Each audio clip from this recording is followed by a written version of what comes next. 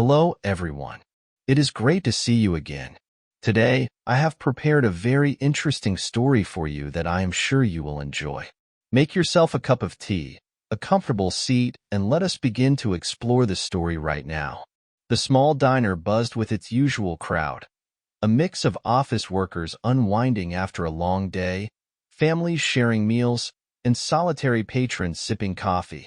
Emma darted between tables, her hands full with plates and pitchers, moving with practiced speed. Her brunette hair was tied into a loose bun, her warm smile masking the weariness in her eyes. "Order up," the cook called from the kitchen, sliding a steaming plate of lasagna onto the counter. Grabbing the plate, Emma approached table 7, where an elderly man in a pristine navy suit sat alone. He had ordered the special, a hearty meal that seemed too modest for someone of his obvious affluence. "Here you go," Emma said, setting the plate down. "Lasagna, hot and fresh.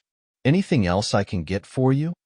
The man's sharp gray eyes met hers, his voice calm yet authoritative. "Just some conversation, if you have a moment." Emma hesitated, glancing at the bustling tables around her. "I'll be back shortly," she promised, hurrying off to serve another table.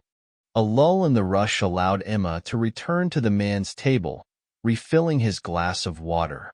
"How's the lasagna?" she asked, trying to keep her tone light. "It's good," he said, setting his fork down. "But I'm more interested in you." Emma blinked, caught off guard. "Me? I'm just a waitress. Nothing too interesting about that."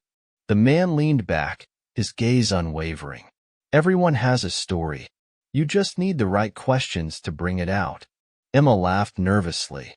"All right, what do you want to know?" The man studied her. "You work hard, that much is clear, but you seem weighed down. Am I wrong?" Emma's smile faltered. "It's nothing I can't handle." "Humor me," he pressed gently. She sighed, lowering her voice. "If you must know, my mom's really sick. The medical bills are piling up, and every penny I make goes to keeping us afloat. It's just me and her." He nodded, his expression thoughtful. "If you could change everything with one decision, would you?" Emma stared at him, her heart racing. "That depends. What's the catch?" The man smiled, a cryptic, knowing smile. "There's always a catch." He slid a business card across the table.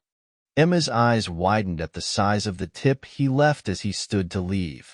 "Wait, who are you?" she called after him. At the door, the man tipped his hat. "Call me Marcus." He disappeared into the night, leaving Emma staring at the card in her hand. It read, "Marcus Steele, private financier." 5 days later, as Emma folded laundry in her cramped apartment, her phone buzzed with a call from an unknown number. "Hello," she answered cautiously. "Miss Emma, this is Marcus Steele," said the familiar voice. She froze, memories of their encounter flooding back. "Mr. Steele? How can I help you?" His tone was firm yet inviting. "I'd like you to visit my home tomorrow afternoon. I have a proposal to discuss. Are you available?" Emma hesitated, her eyes flicking to the stack of overdue bills and the sound of her mother's coughing from the next room. "I'll make time," she replied. The next day, Emma stood before a sprawling mansion, its grandeur a stark contrast to her modest life. She pressed the intercom button nervously. "Miss Emma," came the voice. "Mr. Steele is expecting you." The gates creaked open, and Emma walked up the winding driveway, her heart pounding. Marcus greeted her at the door, his appearance as polished as ever. "Thank you for coming," he said with a faint smile. Emma had no idea that this meeting would change the course of her life forever. Marcus led Emma inside, and the grandeur of the mansion immediately overwhelmed her. Crystal chandeliers sparkled overhead, marble floors gleamed, and the walls were adorned with artwork that looked like it belonged in a world-class museum. Emma felt completely out of place, like a sparrow lost in a castle. "Please, have a seat," Marcus said, gesturing to an elegant armchair in the sitting room. Emma sat down awkwardly, clutching her worn purse. "What's this about, Mr. Steele?" Marcus settled into a chair opposite her, his expression calm but serious. "I'll get straight to the point," he began. "I need a wife." Emma blinked, sure she'd misunderstood. "Excuse me," she asked. "I need a wife," Marcus repeated, his tone unchanging. "Not for love or romance, but for companionship. Someone to be by my side in my remaining years. In return, I'll pay off all your debts, cover your mother's medical expenses, and ensure you're financially secure for the rest of your life." Emma stared at him, her mind spinning. "This is some kind of joke, right?" "Not at all," Marcus said firmly. "I've lived a long life, Miss Emma, built wealth, traveled the world, and experienced more than most people could imagine. But now, I'm alone. No family, no heirs, and no one I trust. You strike me as someone honest and resilient, someone who understands the value of a mutually beneficial arrangement." Emma's throat felt dry. "You want me to marry you for money?" Marcus nodded, unfazed. "Think of it as a contract. You gain the financial freedom you desperately need, and I gain the peace of mind of having someone trustworthy by my side." Emma's emotions swung wildly between disbelief, indignation, and desperation. "You don't even know me," she said. "I know enough," Marcus replied simply. "This is insane," she muttered, standing abruptly. Marcus remained composed. "Take your time to think about it. But remember, this could change your life and your mother's." That night, back in her tiny apartment, Emma paced the floor, replaying Marcus's words in her mind. The idea of marrying a man 60 years her senior felt ludicrous, even degrading. But her reality loomed large. Her mother's health was deteriorating, the bills were insurmountable, and her diner job barely kept them afloat. Checking on her mother, who lay sleeping fitfully in the next room, Emma's heart ached. By dawn, her decision was made. The next afternoon, Emma returned to Marcus's mansion, her resolve strong but her heart heavy. He greeted her at the door with his characteristic calm. "I've thought about your offer," she said, stepping inside. "And?" Marcus prompted. "I'll do it," Emma said, her voice steady despite her inner turmoil. Marcus nodded, unsurprised. "You've made a wise decision, Miss Emma. This arrangement will benefit us both." They shook hands, sealing the agreement. As Emma walked away, she couldn't shake the feeling that her life was about to change in ways she couldn't imagine. 2 weeks later, the wedding took place in the mansion's garden. The ceremony was private, with only a handful of Marcus's business associates and old friends present. Emma had invited no one. She couldn't bear the questions or judgment. Dressed in a simple white gown chosen by Marcus's assistant, Emma stood beside him, feeling the weight of the guests' stares.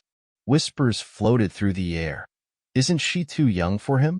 I wonder what she's getting out of this?" Emma focused on Marcus, who remained composed, his suit immaculate and his demeanor calm. As they exchanged vows, Emma's voice wavered, while Marcus spoke with clarity, as though finalizing a business deal. "With this ring," Marcus said, slipping a modest band onto her finger, "I promise to provide and protect." Emma hesitated before murmuring her own vow, her voice barely audible.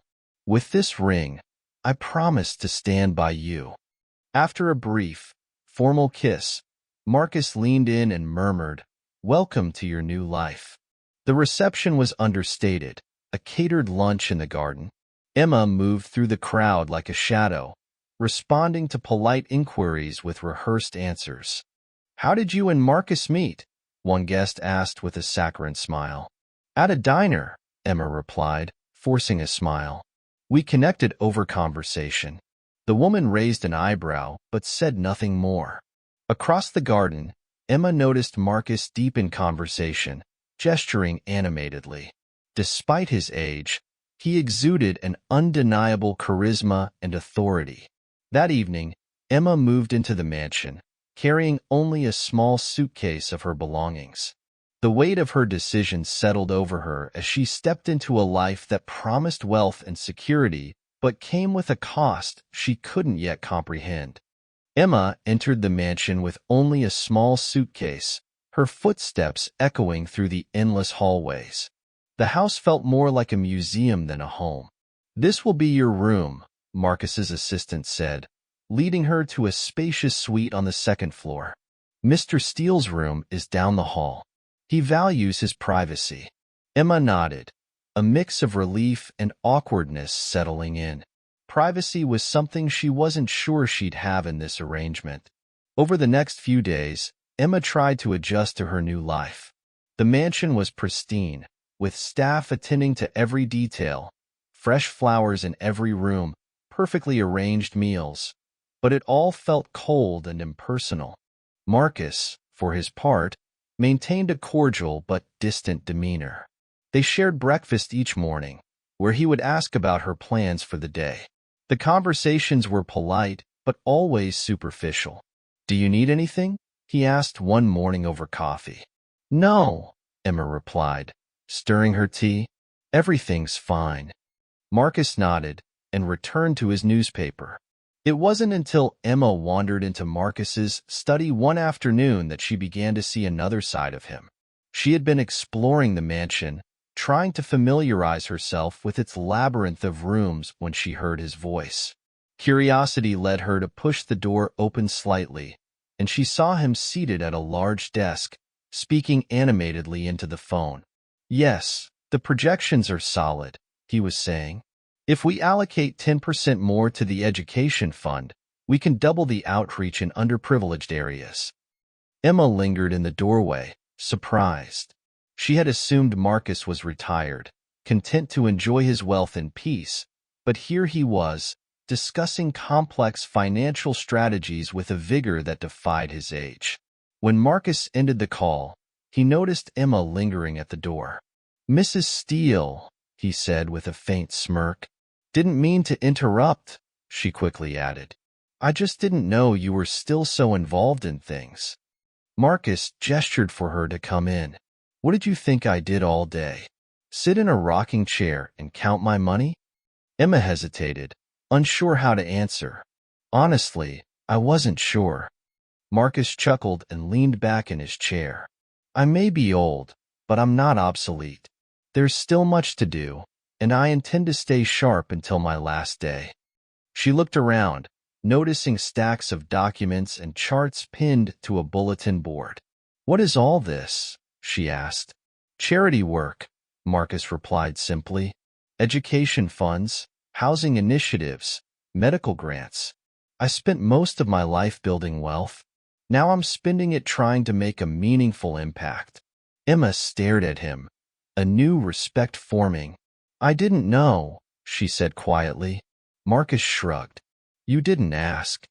His tone was matter-of-fact, but for the first time since their wedding, Emma felt a flicker of admiration for Marcus. Beneath the wealth and formality was a man who cared about leaving a legacy beyond money. As Emma left the study, her mind buzzed with questions.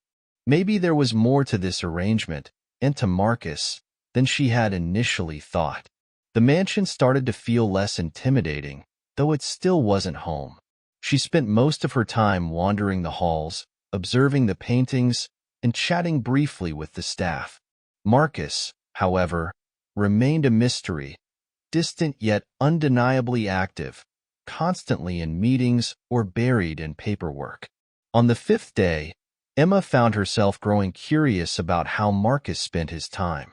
Their breakfast conversations hinted at his philanthropic work, but he rarely elaborated. It was as if he assumed she wouldn't care or understand. That afternoon, while exploring the second floor, Emma passed by Marcus's study and overheard voices inside. The door was slightly ajar, and though she hesitated, the sound of her name stopped her in her tracks. "Her family?" a man's voice asked. "Yes," Marcus replied. "They're added to the list."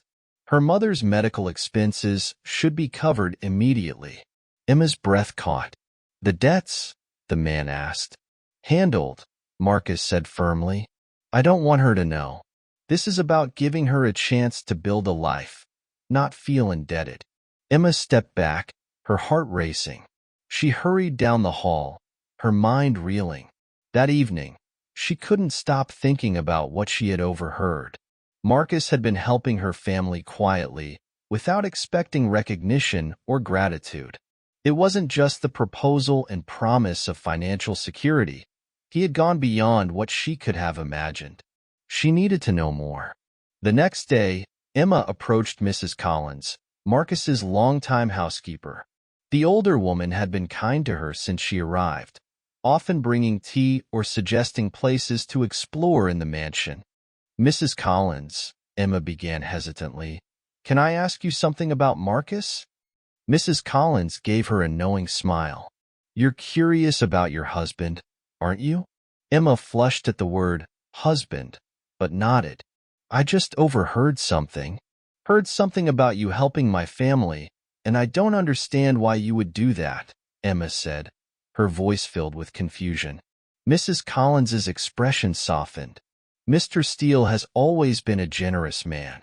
He doesn't talk about it much. He prefers his actions to speak for themselves. He's helped countless families over the years through education scholarships, medical grants, and housing programs. He believes wealth should be used for good. Emma frowned. But why my family? Mrs. Collins smiled gently. I imagine he saw something in you. Mr. Steele has a keen eye for potential.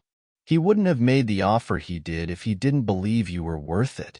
The words lingered in Emma's mind long after the conversation ended. That evening, Emma decided to confront Marcus.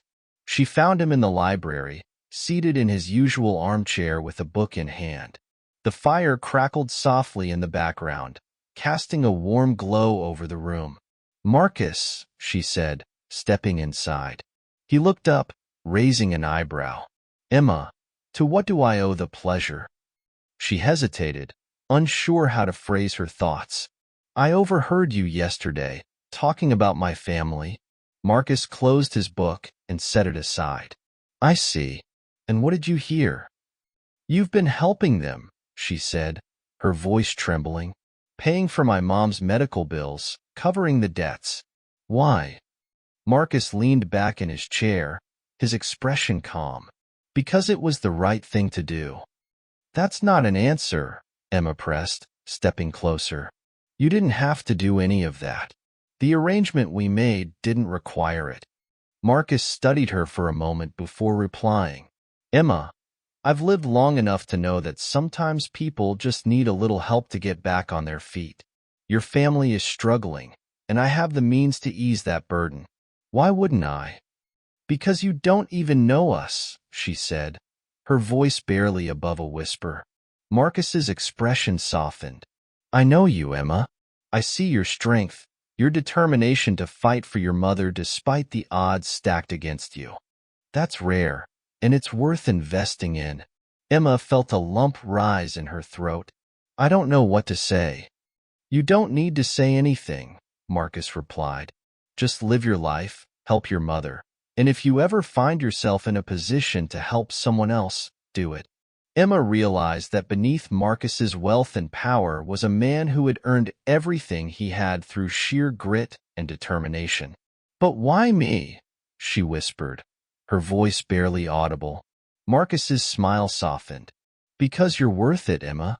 You just don't know it yet. Her breath hitched, and tears welled in her eyes.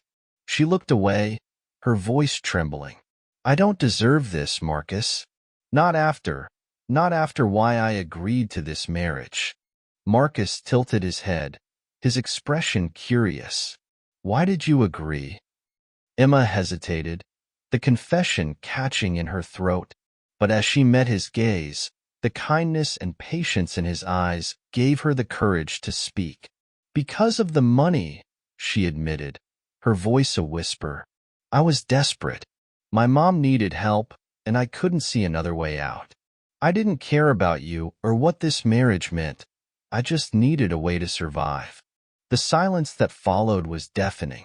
Emma braced herself for anger or disappointment, but Marcus remained calm, his expression contemplative.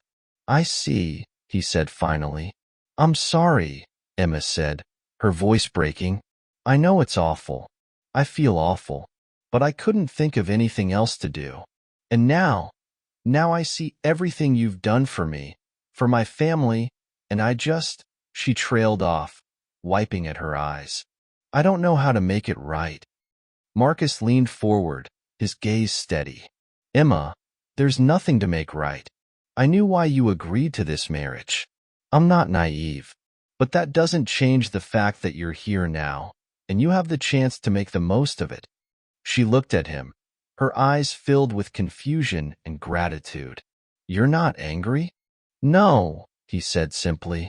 I've lived long enough to understand that people make decisions out of desperation. What matters is what they do next. And you, Emma, you have the potential to do great things. Emma's shoulders sagged with relief, the weight of her guilt beginning to lift. Thank you, she said softly, for everything. I know I don't say it enough, but I mean it. Marcus smiled, his eyes warm. You don't have to thank me, Emma.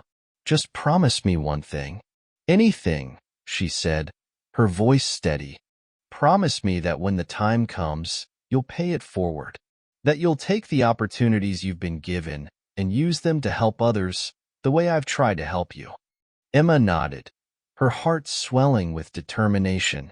I promise. As they sat in the quiet warmth of the library, Emma felt a shift within her. What had started as a transactional arrangement was becoming something far more meaningful. For the first time, she saw Marcus not just as a benefactor or stranger, but as someone she could truly respect and maybe even care for. The following weeks marked a significant change in Emma's life. True to his word, Marcus began involving her in the many philanthropic projects he had developed over the years. Their first stop was a community center in the heart of the city, a bustling hub where families came for free meals, educational programs, and medical aid. You see, Marcus explained, gesturing toward a group of children engrossed in a reading lesson. This is where wealth truly matters, not in bank accounts or luxury, but in creating opportunities for those who need them most. Emma nodded, watching the children with a newfound sense of purpose. Over time, Marcus began teaching Emma the intricacies of managing his vast network of charitable endeavors. He invited her into meetings with his team, walking her through spreadsheets, budgets, and strategies. At first, the complexity was overwhelming. Emma had no background in finance or organizational management, but Marcus was patient, breaking everything down into manageable pieces. Start small, he advised one afternoon, handing her a folder of proposals. Choose one project you feel passionate about and focus your efforts there. The rest will follow. After careful consideration, Emma chose to lead a project providing housing for single mothers. The initiative struck a personal chord with her, reminding her of the struggles her own mother had faced while raising her alone. Under Marcus's mentorship, Emma threw herself into the project. She visited construction sites, met with the women who would benefit from the program, and worked closely with the team to ensure every detail was accounted for. For the first time, Emma felt a sense of fulfillment that went beyond financial security. Helping others gave her a purpose she hadn't realized she was missing. One evening, as they returned home from a particularly successful day at the community center, Emma turned to Marcus in the car. I never thought I'd find myself doing this, she admitted, her voice tinged with wonder. Marcus smiled, his gaze fixed on the road ahead. I knew you had it in you, Emma. You just needed the right opportunity. It's more than that, Emma said, her voice quiet but sincere. You believed in me, even when I didn't believe in myself. That's something I'll never forget. Marcus glanced at her briefly, his smile softening. Everyone deserves someone to believe in them, Emma. Now it's your turn to be that person for others. That, Emma said softly, I think I needed someone to believe in me. Marcus glanced at her, his expression warm. And now you can believe in yourself. As Emma grew more confident in her role, Marcus began stepping back, quietly observing her progress. He started delegating more responsibilities to her, encouraging her to make decisions independently. You don't need me to hold your hand, he said one day, handing her a stack of files. Trust your instincts. You've got this. Though nervous at first, Emma rose to the challenge. Her housing project was completed ahead of schedule, and at the opening ceremony, she was overcome with emotion as she watched the first families move into their new homes. One afternoon, as they strolled through the mansion's garden, Marcus spoke with a tone of quiet resolve. Emma, he began, his hands clasped behind his back, there's something I need to discuss with you. She looked at him, sensing the gravity in his voice. What is it? Marcus stopped and turned to her, his eyes steady. I'm not going to be here forever. I've been preparing for this moment for a long time, and I think you're ready. Ready for what? Emma asked, her heart quickening. To take the lead, he said simply. All of this, the foundation, the projects, the legacy we've built together. I want you to carry it forward. Emma stared at him, stunned. Marcus, I don't know if I can. You can, he interrupted, his tone firm but kind. I've watched you grow. You have the passion, intelligence, and heart to do this. And I'll be here to guide you every step of the way. Her throat tightened, tears threatening to spill. I don't know what to say. Say you'll try, Marcus said, a small smile tugging at his lips. Emma nodded, her voice trembling. I'll try. That night, as Emma sat in her room reviewing plans for an upcoming project, she reflected on how far she had come. What had begun as a reluctant arrangement had turned into a journey of self-discovery and purpose. Marcus had given her more than a lifeline. He had given her the chance to find herself. The grand ballroom of Marcus's mansion had been transformed into a dazzling scene. Chandeliers cast a golden glow over elegantly dressed guests, and the air buzzed with excitement and anticipation. The occasion was a celebration of the housing project for single mothers, a cause Emma had poured her heart into under Marcus's mentorship. Emma stood near the entrance, her nerves frayed despite the compliments and congratulations she'd received throughout the evening. She wore a sleek, deep blue gown chosen by Marcus's assistant. Though she looked every bit the poised hostess, her heart raced with anxiety. Marcus approached her, commanding as ever in a sharp black suit. Relax, Emma, he said reassuringly. You've earned this moment. She managed a small smile, clutching her untouched glass of sparkling water. It's just a lot. All these people, all this attention. I'm not used to it. Marcus smiled knowingly. You'll get used to it. And tonight, they're not here just for me. They're here for what you've accomplished. As the evening progressed, Marcus took the stage at the center of the room. Conversations faded into silence as his steady, clear voice filled the ballroom. Ladies and gentlemen, thank you for joining us tonight to celebrate a cause close to my heart, he began, his gaze sweeping the crowd. This housing project for single mothers is more than just a collection of buildings. It's a beacon of hope for those striving for a better life. And none of it would have been possible without the hard work and dedication of someone very special. Emma froze, her breath catching as Marcus's eyes found hers. Emma, he said, gesturing for her to join him on stage. The room erupted into applause. Emma hesitated, her legs feeling like lead, but Marcus's steady gaze gave her the courage to move forward.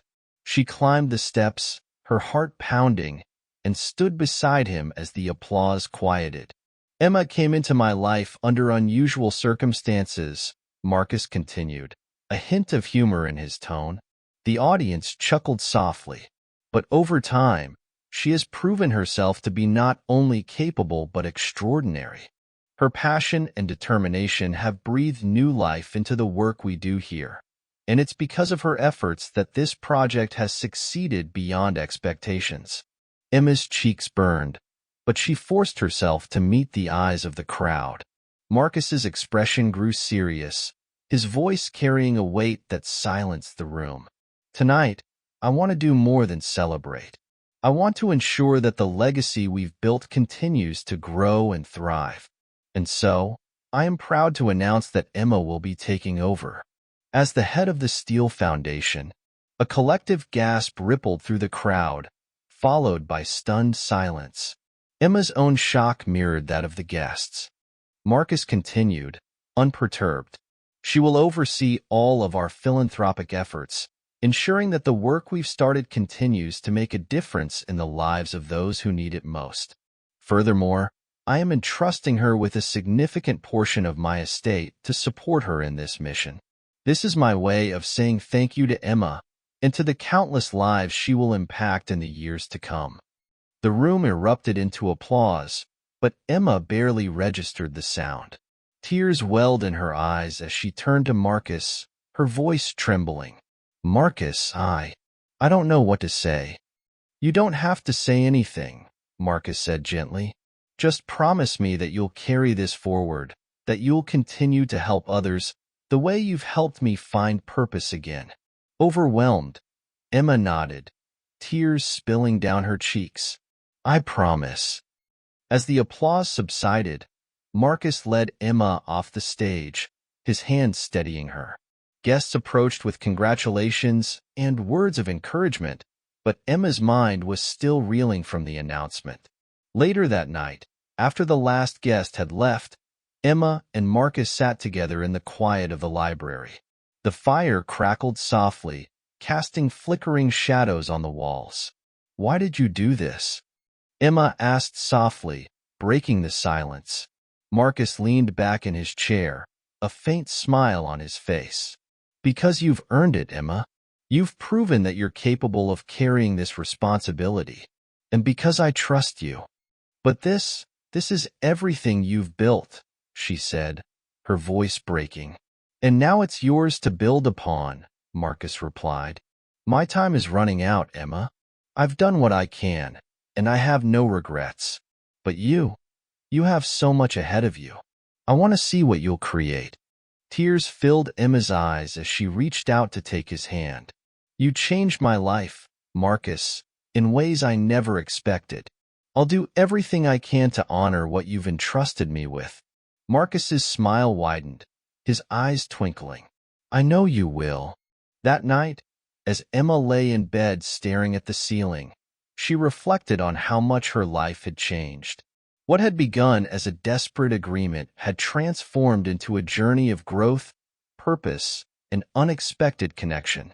Marcus had not only saved her family, he had given her a future to be proud of. True wealth, she realized, wasn't measured in money but in the lives one could touch and change. With that thought, Emma drifted to sleep, ready to embrace the next chapter of her extraordinary journey. Years passed since that transformative evening when Marcus entrusted Emma with his legacy.